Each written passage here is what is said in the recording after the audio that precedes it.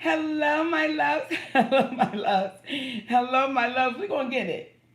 We're going to get it. We're getting it. We're getting it, baby. Hello, everyone. Hey, Daddy. Hey, mama. How you doing? Super fantastic. I am doing super fantastic as well. Welcome, everybody, to Monique and Sydney's Open Relationship. Hello, my babies. Right? Y'all saw the title. You looked at me and said, right? Okay, baby, because... Yeah, I saw the title. Right, because, okay. Yeah. I'm talking to you, but I'm talking to them. Okay. But that's why I take the time out to look at you. There it is. Because I'm talking to you as well. Thank you for explaining to them. All right, Daddy. So what's the title? What we talking about? Tell them. Do you fear people that are a different color than you? Etc. Etc. Etc. Now, before we go all the way into it, baby, because I just want to say hey to everybody, because they saying hey, Daddy. Hey, everybody. Hey, everybody. Okay. So now let's get into it. Do you fear people that are a different color than you, etc., etc.? Calls is coming in already, baby. We're going to go right to the line? Do it. Let's do it. Hello, you on with Monique and Sydney. Who's this and where you're calling from? Oh, wow, this is actually Monique. First and foremost, I'm from Detroit. And my name is Ronald Great. I'm a very big fan of yours. Thank you, baby. No problem. I can't believe I'm actually talking to Monique in this Sydney. How you doing, Sydney? I'm doing super. But, How are you? first and foremost, I'm not, when it comes to people's nationalities and colors, it really don't matter to me because as long as you know your thought process is positive, I don't think there's really nothing wrong with it. A lot of racial doesn't believe, there's still slavery, but it's through corporate means. So as long as there are still ignorant people, for some reason you can't have good without bad, you can't have bad without good. It kind of balances itself out. It's too much ignorance, and it's up to you if you're gonna continue to live in that ignorance or you're gonna boost yourself up. There you go, my So, baby. Appreciate the comment. so you're welcome. Love, Monique. love you, honey. Bye. You know, I never want y'all to think for a second that we're trying to rush you off the phone. But, I'm working on that. Because I'd be like, all right, baby. And then they'd be like, but Mo. It's like, we got to go. But do you fear people that are different color than you, religion than you? Do we have this fear? Real talk. Real talk. Well, let's let them know how we got on this subject. Come on, give it to them. You know what, Daddy? How did we get on the subject? Okay. We got on the subject because we've had individuals that happen to be people of color, black specifically, that said they are uncomfortable and that white people scare them. And we were like, why? And they like, I guess, growing up and the things that I've seen. And I feel like I've never gotten a fair shake, or we as black people never have gotten a fair shake. And specifically, the individual was raised in Los Angeles, California. And the things that we've all seen transpire in LA, jump out squads, cats ramming down your door, you saw the riots and stuff. Well, it's real people that really live and came up in that world that they formed a distrust for people who happen to be white. So that when you have things such as policemen killing black men, black women, and it's on video now and they get off, it perpetuates fear in them as well. But this is not just something indicative of black people towards white people, because black people don't get shot by white cops because white cops don't fear black people. So it's not something that is separated. So this is an open dialogue as it pertains to, do you fear people who are a different color than you? And it's no judgment. It is how you feel.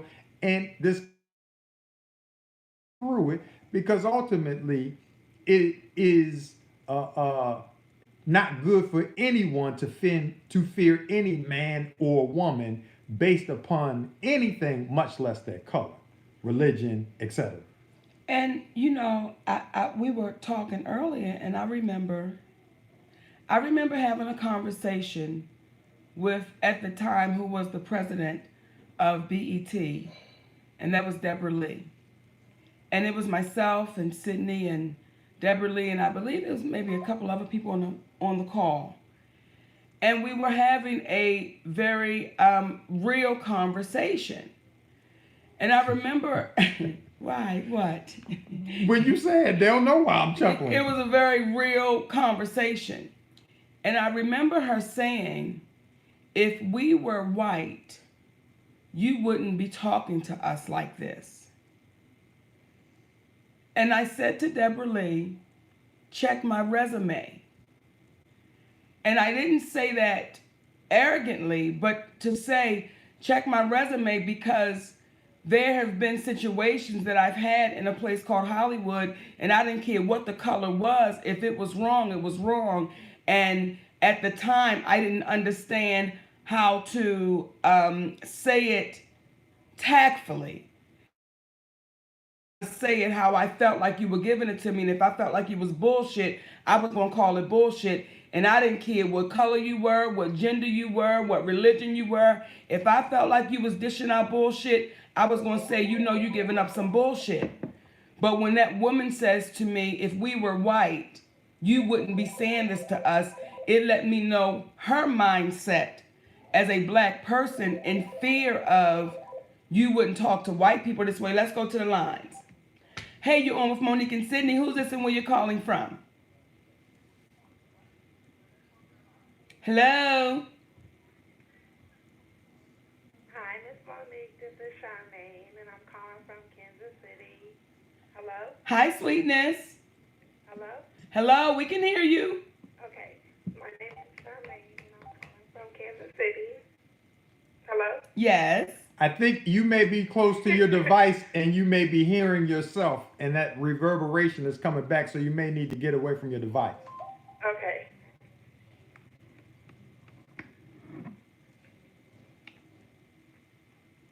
Okay. Can you hear me now? We can. Yes. Okay. I saw the question, and I actually believe that. Woo, I'm nervous. Oh my gosh. We right. In my opinion, that when we see the world on the news, we'll meet that. Oh my gosh. That I see a lot of white people, like when you look at the massacres and things going on, you talk about fear, but my question is like, should we be fearing anybody though? Because like we look out our doors and when everyone drives and goes to work, and everyone is considered an innocent person, but like why should we fear or why should people be fearing us as a black person when you haven't seen a black person doing multiple or massacres out here shooting or anything? Have you realized that at all? We know where you're going. I would say, based upon what we see on the news, the abundance does not seem to be people of color or black people.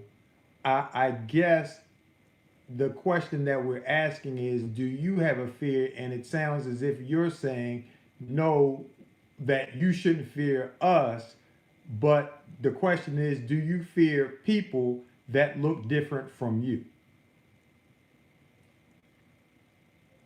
I don't think I fear, the white man or people of different color. I would probably, well, no, I take that back. I probably would fear the white man more because when you think about it, I see, in my own, perspective that the white people, there's been multiple massacres like the Columbine shooting, the one in Las Vegas. That's what I'm looking at. I'm looking at like facts. think every day. You know, there's people doing something every day. But, you know, I don't really think that really we should be fearing anybody. So, yeah, my question would probably be like, no, I probably don't fear anyone. Fair enough. We appreciate God, that God, you know. Thank you, baby. very much. Thank you. Love you, honey.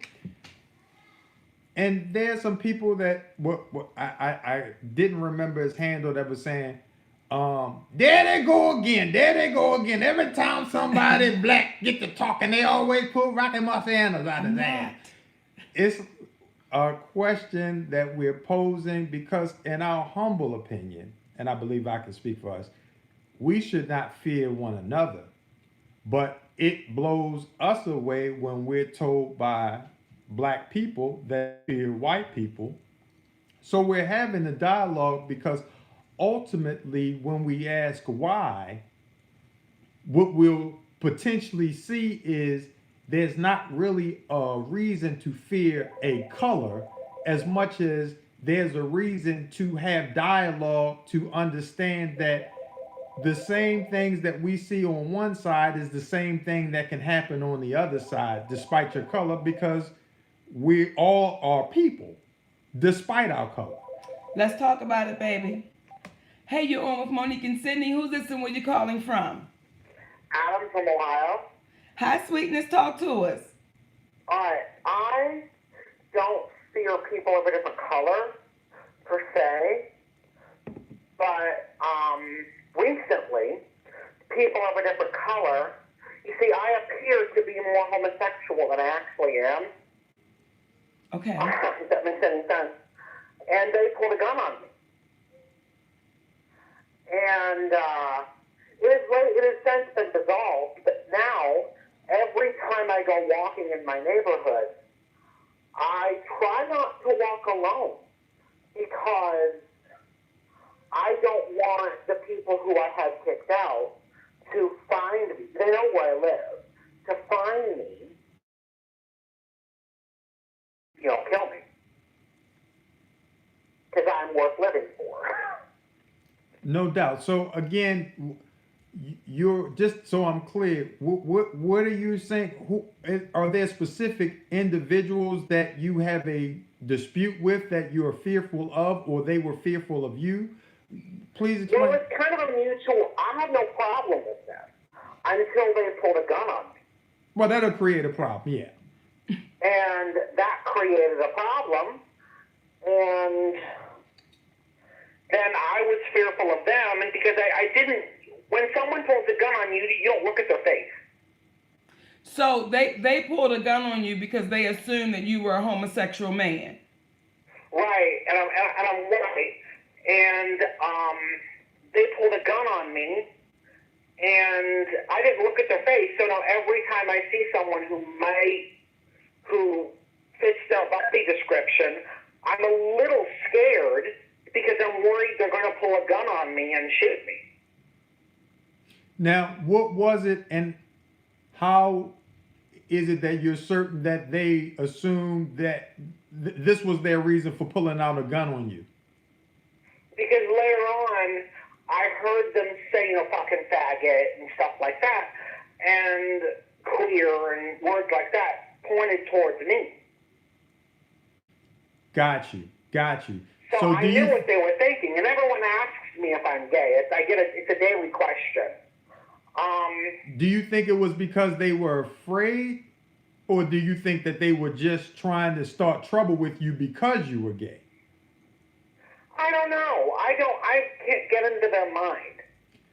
Right. That's why we're trying to be able to say it would make sense, I guess, from what you're saying, because you're saying you didn't see what color they were. You don't know what they look like. I know what color they were. I just don't know what they look like. I don't know what their face looks like. So, should we assume that they're black? Because I dare not assume. They were black, yes. So, are you saying that now when you go walking, you have people with you because when you see black people, you don't know if they're going to pull a gun out on you? I don't know if black people in my neighborhood are going to pull a gun on me. Got you. There we go. If they're from Omaha, I I assume they're not going to pull a gun on a perfect stranger. So, okay, I just want your fear is not that all black people, whenever you see a black person, you're in fear of a gun. Your fear is when I'm in my neighborhood, some of the folks I know, I'm in fear they may pull a gun. Right. I got you, baby. Okay. Gotcha. Fair enough. And that's the question. I'm glad that you called to say that, because people have their reasons for the fear in which they have. So let me ask you this on the flip. Had someone who was Caucasian pulled a gun out on you, and I can only assume, I'm assuming you said you were Caucasian? Yes.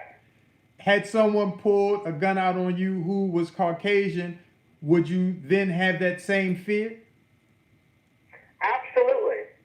A gun is a gun is a gun is a gun, no matter who's holding it. Meaning, would you have that same fear that somebody white in your neighborhood will pull a gun out on you? Yeah. Fair enough. I mean, what you're saying is the reason why we're having this conversation, because we're trying to get an understanding as to why people have the fears that they have. And now, I guess the next step would be, what are you trying to do in order to squelch those fears? Well, I go to therapy, and I have trust that there's a higher power, God, I call him, or her, whatever it happens to be, that there's a bigger purpose for me in this world, and there's a following on purpose for me in this world than to be shot and killed. Well, you know what, baby? What I think is absolutely beautiful is the one thing you said is, I'm getting help. Mm-hmm. And that's commendable, because oftentimes we will live in our fears and we will live in our misery and not seek any help for it. So when you say, I am going to get some help, we commend you for it. We love you, baby, and keep on going so that you don't become a prisoner in your own home. That's right. Love you, honey. God bless. Okay, baby. Thank you. See, we appreciate that call, Mm-hmm. and we see the comments oftentimes when we'll say, oh, hang up, oh, that's enough, oh, but These are real people that have real concerns. And what happens is, some will say, oh, that's a homosexual, oh, they gay, oh, and dismiss. But that's the problem with our society. We have a level of certain people are worthy or not worthy. And because someone is gay or not gay or trans or black or white or Jewish, they should not be feared based upon that. Now, if you walking around with a gun pointed at someone, that's a reason to be startled and taken aback. All the okay? way. All the way. No matter what you are, where you from, no matter. But we're having a dialogue so that people can understand there's value in everyone's comments, and we need to stop being so dismissive of individuals that we find not to be of value because they are different from us. you know, we were talking, While being the same as us. the exact same. We were talking earlier, and this is one thing that I noticed, and I can't say all the time, but I'll say oftentimes. When I see some of my Muslim sisters, and this was one of the sisters, that I could only see her eyes, and I was at the supermarket, and we were down the same aisle, and I said, hey, sister, how you doing? And she paused a moment, almost like, I can't believe you spoke to me. And then she said, hello. But that's happened a couple of times where it's almost like, I can't believe you're treating people that poorly, that when we do go to say, hey, how you doing? It's like, I don't even know why you're speaking. So it's when we say, are we fearful of people that are a different color? We're fearful of color, religion, gender, so many things, but we're too afraid to say it out loud. But it shows in our actions. It shows in our actions. Someone just said, and I missed their handle, that they are quick to be dismissive because the left is too busy trying to rule our lives. Again, the left versus the right. We'll come back. Hey, you on with Monique and Sydney. Who's this and where you're calling from? Hey, this is Max. I'm from Alabama. I'm close enough to Atlanta. I try to claim Atlanta more than I do the Alabama part. How you doing, baby? Talk to us. I'm real good. Love to you both. I just love your love. So I love the show. So that's all good. Thank you. My comment is this. I am not afraid of other folks, but I'm not lazy. So I come from sort of the Christian tradition, and so I got lazy with when I met people, I would that they're going to treat me in kind, that they're going to be lovely, okay? But what I learned as I grew older, I had to be brave enough to meet people and let them show me who they are. And so, and then this is the other part of it. When people have power, however you have your power on this planet, that's how you use or misuse people. So if you're a female, how you use the leverage of being a female. If you're hot toddy and you're cute, and you might use and misuse that power in a certain way. If you're a person of color, you're going to use your power however that presents itself. And if you're a person who happens to be white, you can use that power and leverage that in a way, that's not helpful. So when I meet people, I'm not lazy. I meet them and I'll look at them. Are you using your superpowers for good or for evil? And then I know that use or misuse of your power looks like this from a white person. It looks like this from another female. If a person is out of order and out of sync with righteousness, they'll use whatever their shell offers in terms of power and influence in a certain specific way. And I'm brave enough to tell the truth about it and not just be lazy and give you the benefit of the doubt and then let you fuck me in my mouth. Got you. We appreciate that, baby. Thank you for the call. Amen. Thanks, sweetness. Love you, mama. We talking about it, y'all. Do you fear people that are a different color, religion, gender, whatever it is? Do you have a fear simply because they're different? Hey, you're on with Monique and Sydney. Who's this and where you're calling from? Hey, Mo. Hey, Uncle Sid. It's Chris from Philly. How are y'all today? Wonderful, baby. Yeah, you know what I learned about fear? I feel like we put too much emphasis on fear because fear is not a bad thing. You know what I'm saying? Like, fear, that's just your discernment speaking to you. Now it's up to you to use your common sense to understand whether the fear is coming from a place of ignorance or a place of, trying to save your life, because in a lot of cases, it's your fear that gets you out of situations that may be life-threatening. You know what I'm saying? Now, speaking on race and stuff like that, I don't really fear anybody different color than me, but I know that they fear me simply because I'm a black man. You know what I'm saying? And I know that my life is on the line just based off of that. And see, white people, they never had to understand fear the way we did because of everything was always on their side. Even the real white people, because they were always protected by it. We as black people, we had to always know what fear was because of it was our survival. And now you're talking about people that's born in 2000, 1990, we all fucked up because we never understood what fear really was because we've always had to protect ourselves simply for being us. And although we have our own problems and yes, we have our own issues within our community and stuff like that, we don't have the justice system on our side to protect us. You know what I'm saying? Like, we could have all the answers right.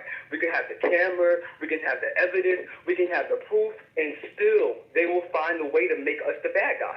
You know, and I'm born in the 80s, so I really thought, like, hey, racism is over, I'm tripping, you know, that stuff, that's the thing of my grandmother's past. You know, and then I get into my 20s and 30s, and I'm seeing Trayvon Martin being killed. You know, our own Emmett Till, you know, I never thought that would be a thing. I never thought that I would have to think, wow, is my son, you know, life on the line simply for being a black boy in America? You know what I'm saying? So it's not about me as a black man having fear, but I know that they fear me, and with white people, they're justified. They can have fear. That white woman, she can pull out her gun and be scared and shoot that random man.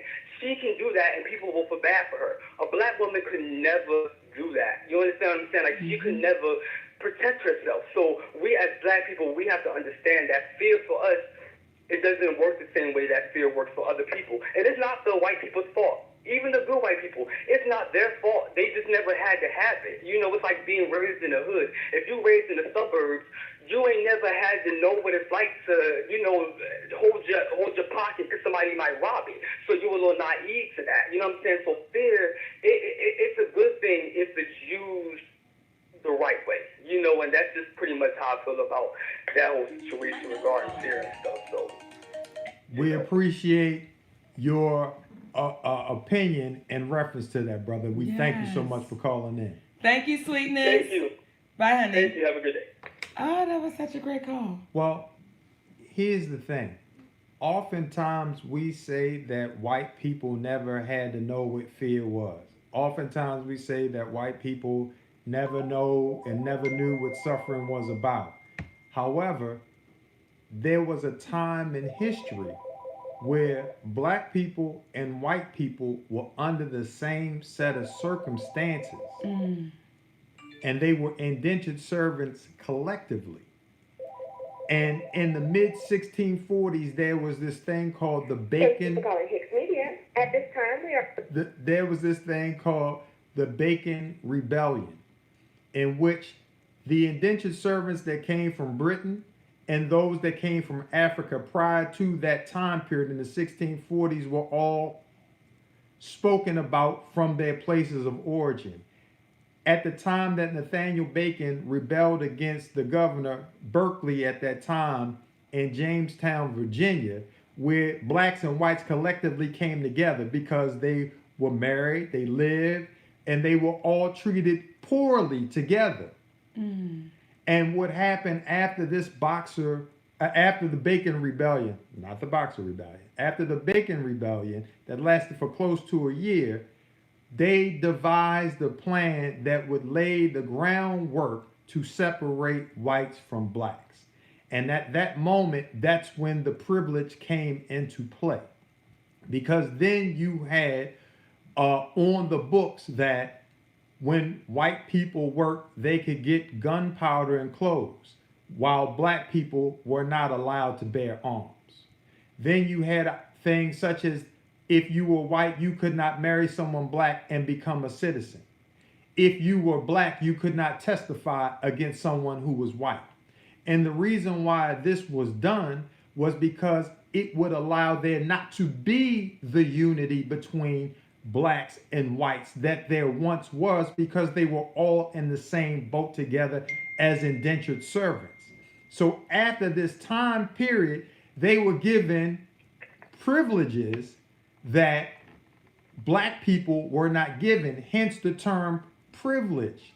However, when you look closely at what transpired, what they were not given was financial freedom, because they were still financially closer to their black brethren who were enslaved than they were those individuals who were not, than they were to the white elite who were given land by King George. So oftentimes we say whites never had to know that because that's all we know. But there was a time that black people had owned white slaves. Why? Because they worked as indentured servants and they did their time and they were able to own slaves, which says that, and they owned black slaves, which says if black people own black slaves and white people own white slaves, that's indicative of us being people who, when you can prey on someone, Yes. you will.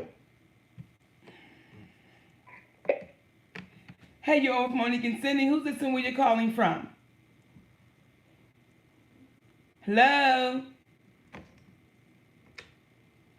So what happens is, let's look at my day. You have a gentleman by the name of Tyler Perry. Tyler Perry has said to us privately that it was wrong for them to label her as wrong and difficult for not promoting something that she wasn't contractually obligated to do. But then he turned right around and he said, I wanted to offer you a part, but I knew that Lionsgate would have a problem with that. So I won't do that. Well, what does that say? Here's a man in power, but he sees this black woman who did nothing wrong, but he won't speak up. But then we begin to make it a color thing. And when you look closely, you find it is not about color. It is about it's about one's consciousness. When you talk about John Brown, Thaddeus Stevens, you talk about the abolitionists. We were not able to be free without there being some white people who said, hey man, what y'all doing is wrong. It's not right. So if we evolved in our thinking, we'll say, let us not fear anyone who has not done anything specific to us to make us fearful of them, because the acronym for fear is false evidence appearing real. Come on now. Hey, you're on with Monique and Sydney. Who's this and where you're calling from? Hey, Monique and Sydney. This is Tiffany calling from Ohio. Hey, Tiffany. Hey. Hi. I just wanted to say about the conversation. I do love this topic. Sydney made a point, and he usually do. He reminds me of my dad because he is long-winded, but it really is a point, and I get it each time. But he said at the beginning, to not be dismissive of people, and I think that's very important. I think it's very important just to sit down with different types of people from different places, being able to really listen and understand where they're coming from. And that's why I respect you so much, Mo, because you're not dismissive in no type of way. And we're so used to celebrities in a way being dismissive to ones that may not have as much or lack some of the things that you all like. And you are so down to earth. And it helps me in my day-to-day life. It helps me keep a balance. And that's why I watch you all the time. You're very grounded and down to earth. And I just wanted to touch bases on that, which Sydney said. It hit a spot in me to not be dismissive. No matter how people feel, people are going to feel different than you. And that's okay. Yes. Yes. That's okay. That's all I want to say, Mo. Thank you, honey. We love you, sis. So, Bye, baby. Oh, it's the best. That's the best. We're talking about it, y'all. Do you fear people that are a different color, different religion, different income bracket? That's a good one. Whatever it is that you may possibly fear. Do you do it? Hey, you're on with Monique and Sydney. Who's this and where you're calling from? Oh, hi guys. Hey. Oh, I'm saying some 2000. I'm calling from California, and for me, it's more like an energy thing. It's not really about color, because if I'm walking down the dark street and someone looks a little crazy and they're Asian, I'm crossing the street. Or, they could be black, Asian, white, Indian. If I'm seeing some shapes or something that don't feel right, don't look right, walking like a duck. Yes. I'm going to just walk on the other side. And it's funny because something just happened to me last night where I was pulling into a parking lot. The guy got in the car next to me, and it's like he was getting in to pull out, but he was looking at me a little bit, and then he just sat in the car with his hand in his head in his hand, and was kind of just looking really serious. And I'm like, okay, do I do the kind of thing because somebody's next but I didn't want to offend him, but at the same time wanted to protect myself. But I can see him through my side mirror, and I'm looking, I'm thinking, okay, let me just keep an eye on him before I just automatically lock my door and kind of, maybe possibly offend someone who might just be sitting there waiting. But I was still, looking.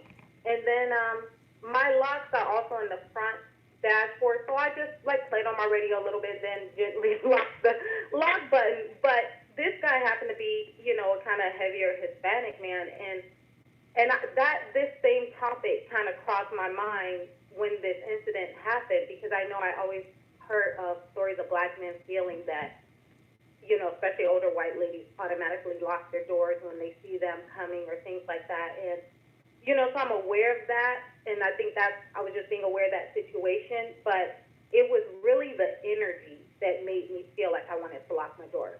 Because if he was just minding his own business, seemed like he was a good, happy mood, I might not have even thought of it. So for me, it's more of like an energetic thing, an intuitive thing, when I feel some sort of, I guess, fear, if that's what we want to call it, of other people. Not necessarily the color of their skin. Thank you, baby.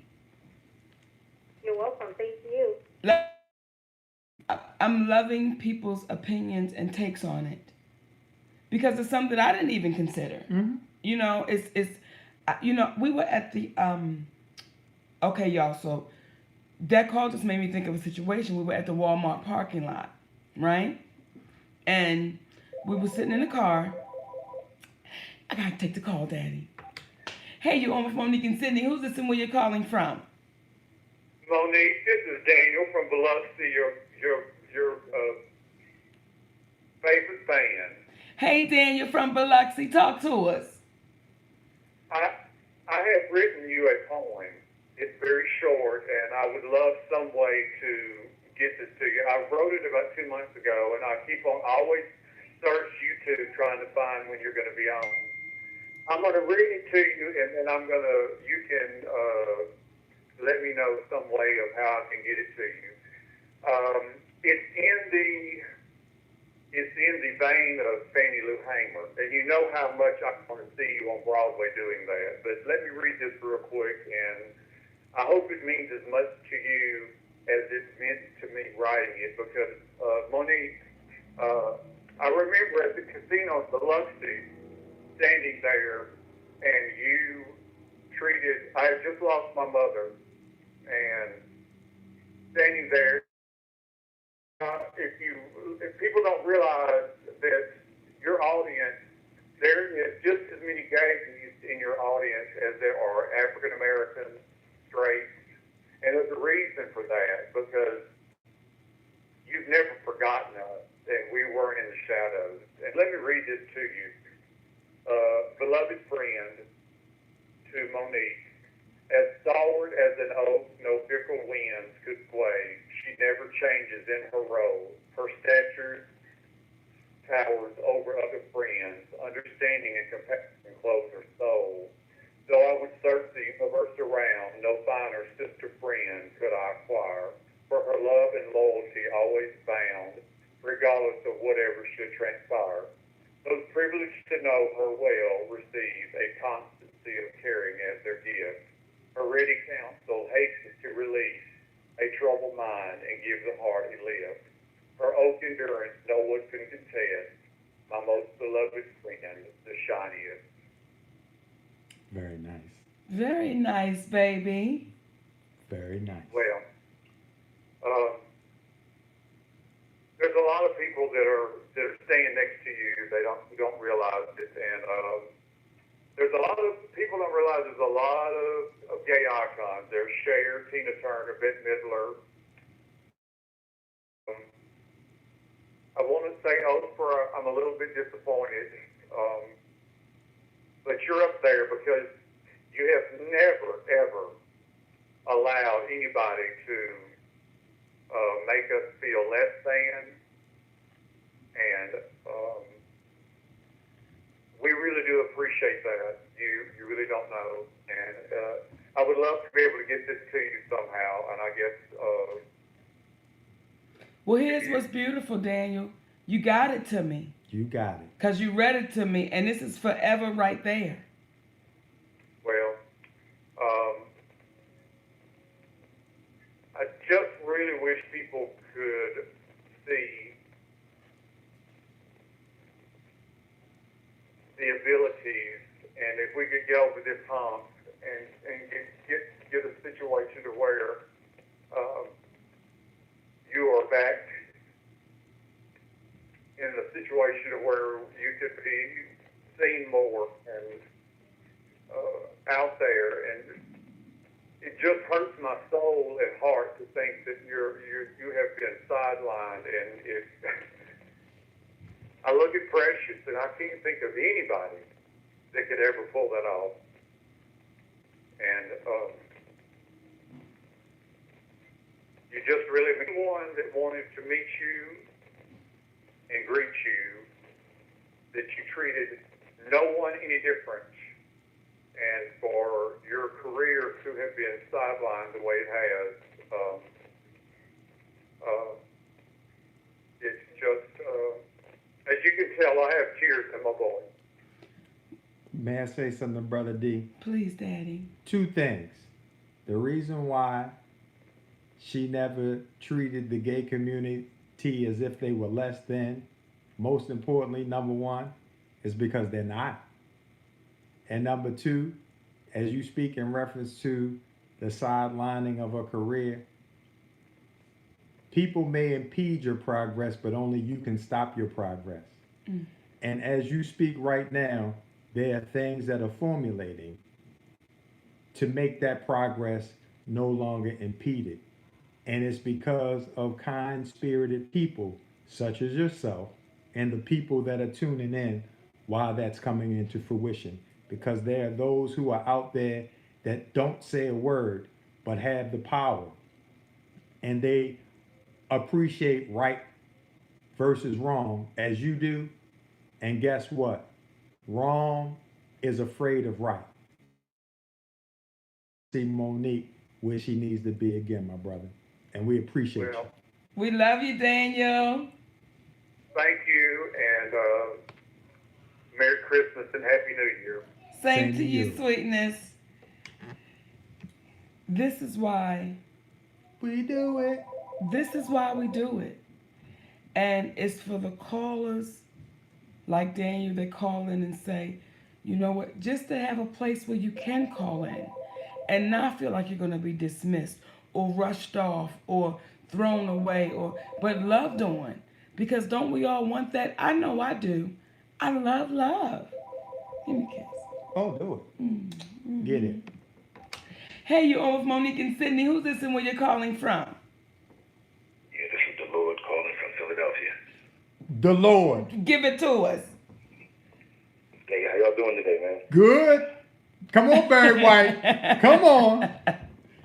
Talk to us. All right, I finally got a chance to catch y'all. Man. I've been missing you over the last couple of weeks. That's right. Talk to us. I just wanted to touch in on the topic, man. Do you fear people of a different color than you? Yes. All right, so, no, to be honest with you, I just wanted to call in and say, no, I don't. I heard some of the other callers. I'm not sure what the topic was beforehand. I'm just now chiming in, so I didn't really understand, just from my perspective. I would say no. I really don't fear people who are different to me. Actually, I embrace people of different colors, different ethnic groups, different religions, different backgrounds who are different. I find that they teach me the most amazing things about myself. Mm. Now, on the flip side, what I will say is the people who resonate more like me, the people that I find to be more familiar to me, that look like me, etc., those are the ones I really watch out for the most.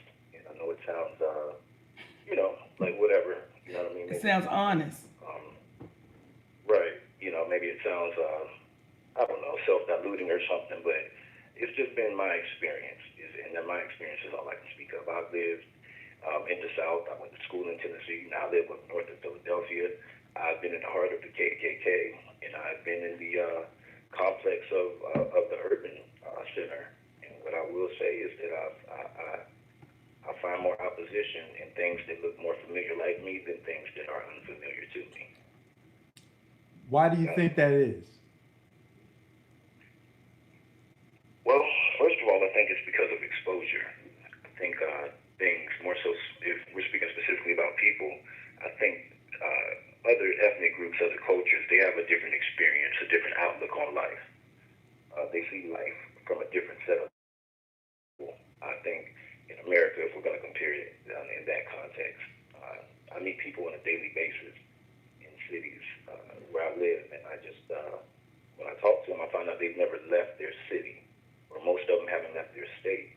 So I think their world view is jaded, and what I notice is that people that look more like me or resonate like me, they tend to have a smaller perception of life or smaller experiences as far as in culture and traveling and different ethnicities.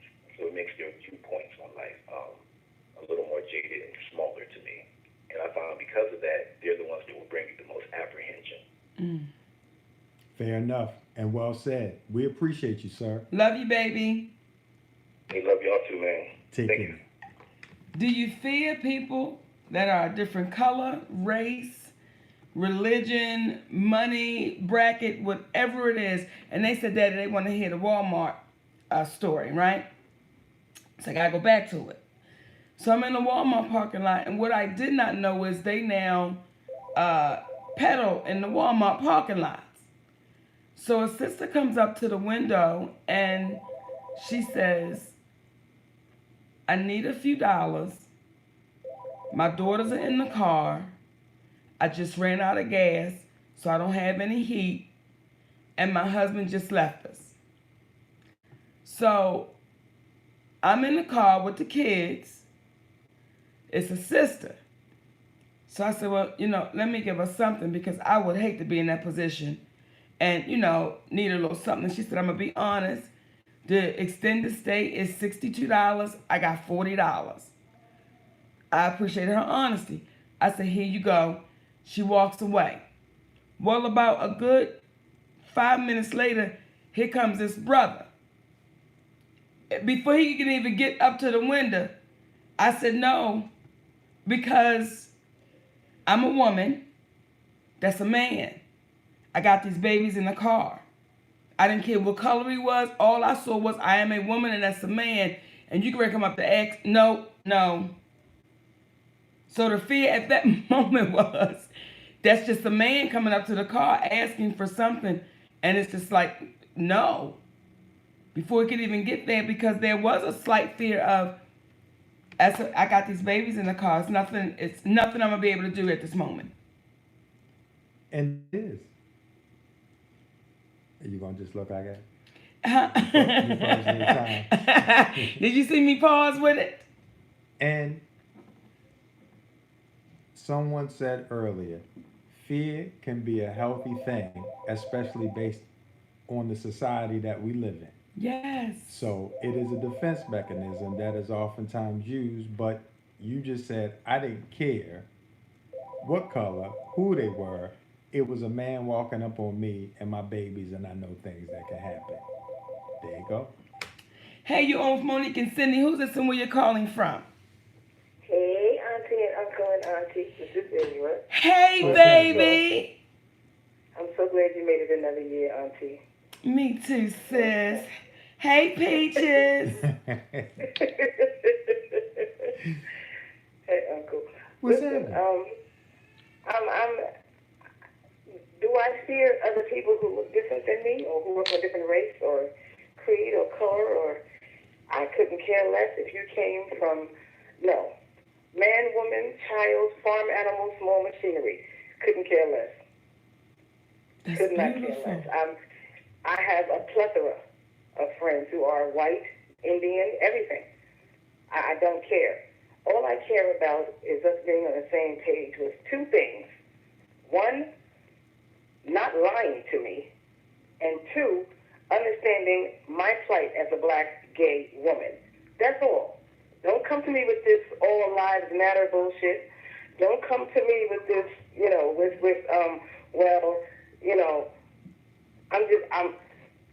I am truly your friend. You ain't got to ever worry about me. I always sleep with one eye open.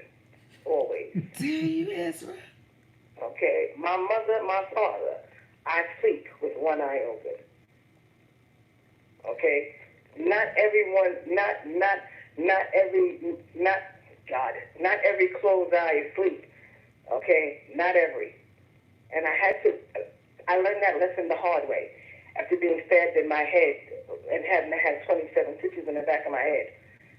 After, going to jail for somebody because I was afraid of telling the police that they stabbed me, out of fear because they were on drugs and I was never on drugs a day in my damn life.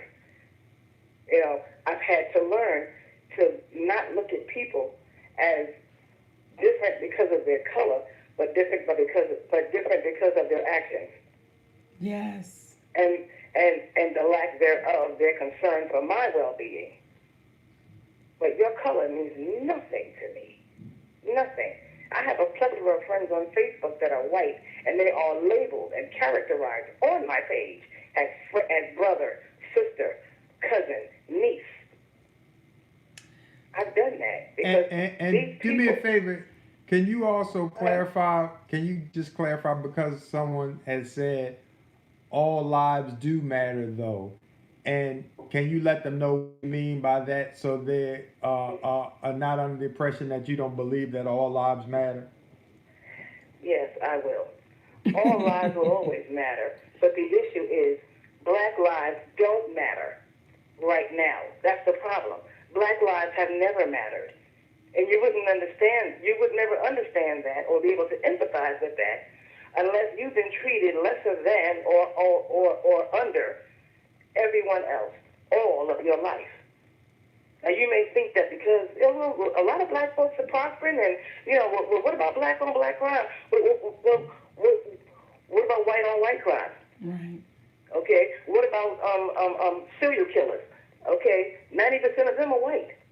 But we don't turn around and say white lives don't matter because you know damn well your lives matter all over the place.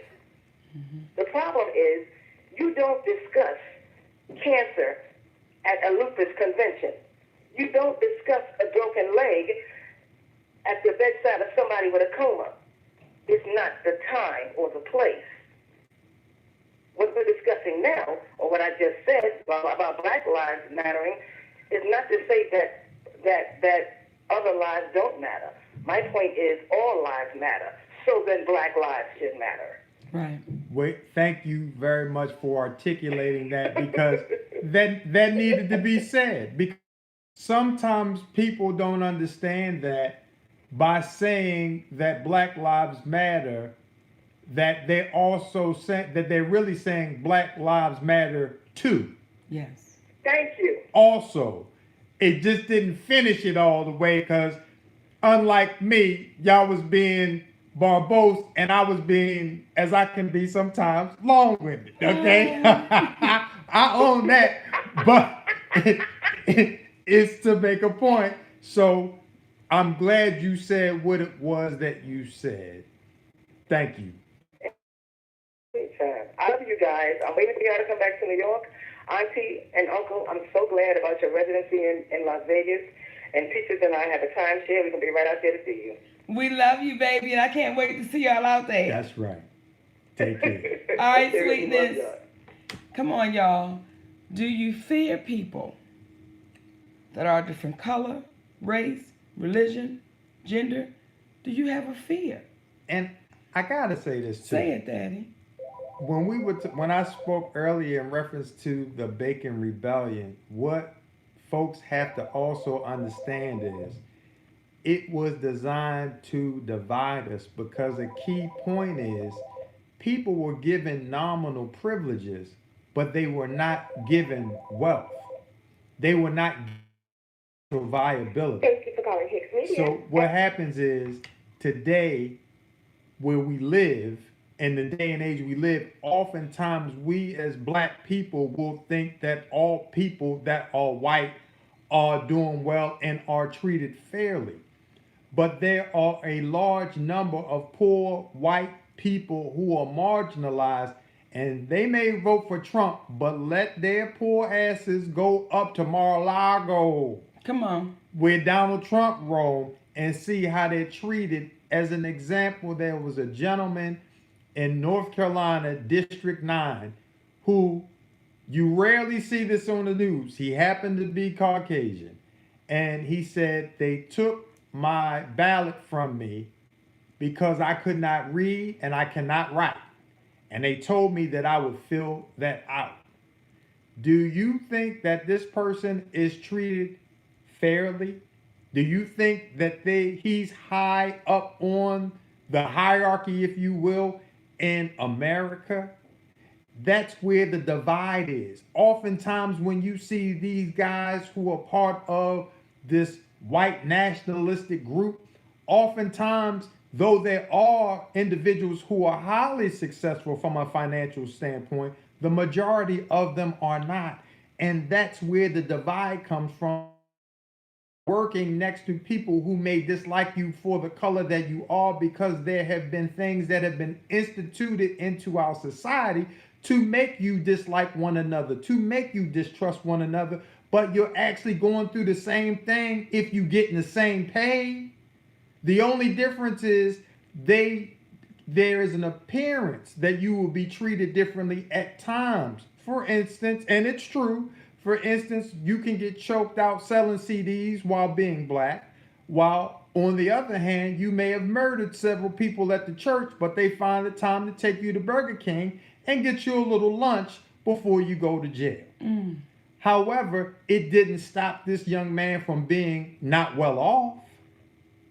So we got to look at the bigger picture, people, as to what is driving us apart, because again, nobody has the answer. There's not an answer for why you may be fearful. But when we look at society at large, we are literally all in the same boat. Come on. Unless you're 1% of the 1% that's calling the shots, you dealing with banking institutions and things of that on a high level, you're trying to make it like everybody else. Which still makes us all in the same boat, and I don't care what percentage you're in, because everybody got the same guy. And tell them what's the end. We die. Okay. So it's like whatever percentage you win, whatever power you think you have, how many zeros you have in your bank account, the end of your story is everybody has the same ending to this story on this journey. So I think if we get out of what has happened is all of these labels, that's where the divide comes in. And someone said we are not in the same boat. Look at the prison system. You're right, there's a disparity. But look at the amount of rich white people who go to jail versus the poor white people that go to jail. What I'm saying is the divide and the disparity is apparent. There are specific reasons that have been put on paper. When you say that black people were 3/5 of a human being, when in the 1640s, there were things that were decidedly put down in ink to distinguish the benefits of being white versus being black, it is very true. What we're saying is thinking beyond the deception that is designed to keep us apart and do the things necessary to bring us together. That's it. Come on, y'all. Do you fear people, different religion? And the one thing I love about this show is people get real honest with themselves. Can I say something? Say it, Daddy. And we know about people being afraid because we have a friend who happens to be white, who happens to be affiliated with us, who gets calls from other people that are white, and they say that they are afraid to talk to us. We are glad that they're dealing with you so we could talk to them, as if somehow we're going to do business with them without them encountering us. So again, we have to think what we're saying is we're putting into practical use. We have to think beyond the bullshit of what people will say, because the only individuals that would be fearful of dealing with people like us are the individuals who can't figure out why they say no and why we will not allow you to take advantage of us, because Hollywood or Holly Weird is not worth Monique and or our family selling our souls for. We talked about it, y'all. We talked about Are it. you fearful of people that don't look like you, talk like you, believe what you believe? And if so, you got to start asking yourself, and told yourself a story about it. But that's what this show is for. That's it, baby. And that's why I so appreciate Monique and Sydney's open relationship. We hope y'all appreciate Monique and Sydney's open relationship. Tell a friend, tell another friend, and then what? Tell another friend. Come on now, like my, what, Daddy? What? It's recorded. Holly won't. Okay? There it is. Holly won't. Make us sell our souls. Come on now. Come on. Like my daddy always says, the mind is like a parachute. It's no good unless it's open. We love y'all. For free. Mwah. Make sure y'all come out to Vegas starting January 11th, SLS Hotel. Mwah.